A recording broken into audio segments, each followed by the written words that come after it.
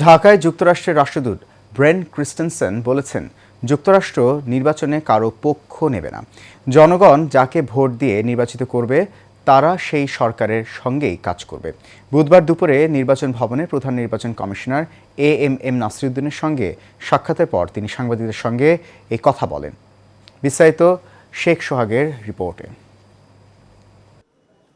বুধবার দুপুরে আগারগাঁও নির্বাচন ভবনে শুরু হওয়া এ বৈঠকে ক্রিস্টেনসেনের নেতৃত্বে একটি প্রতিনিধি দল অংশ নেয়। প্রতিনিধি দলে ছিলেন ঢাকাস্থ মার্কিন দূতাবাসের রাজনৈতিক কর্মকর্তা ডেভিড মু এবং ফিরোজ আহমেদ। বৈঠক শেষে যুক্তরাষ্ট্রের রাষ্ট্রদূত জানান, যুক্তরাষ্ট্র যে কোনো নির্বাচিত সরকারের সঙ্গে কাজ করতে প্রস্তুত।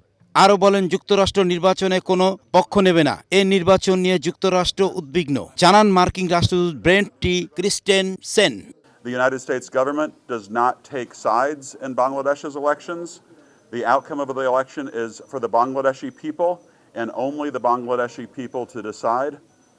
We are prepared to work with any government who the Bangladeshi people elect to represent them going forward.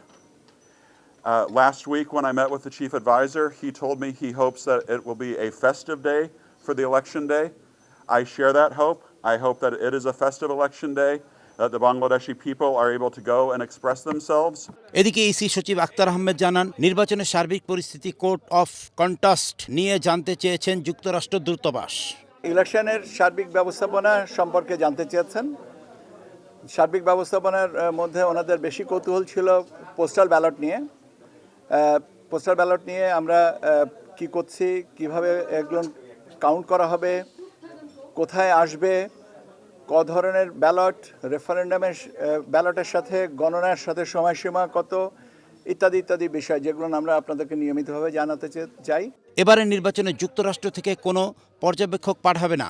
ঢাকায় দূতাবাস থেকে ঢাকা, খুলনা, সিলেট, চট্টগ্রাম সহ 4 জায়গায় স্বাধীন পর্যবেক্ষণ পাঠাবেন। জ্যেষ্ঠ সচিব আক্তার আহমেদ জানান, ওনারা বলেছেন যে এরকম 4টা জায়গায় ওনাদের দূতাবাস থেকে প্রতিনিধি দল যাবেন দেখার জন্যে, এবং সেটার ব্যবস্থাটা কি, এবং ওনারা ইন্ডিপেন্ডেন্টলি যাবেন, ওরা অবজারভার হিসেবে না, বাট অবজারভারে যে আমাদের তালিকাভুক্ত অবজারভার সেটাতে না, ওনাদের মতন যাবেন। সেখানে আমরা বলছি যে তোমরা যাবে, অসুবিধা কি।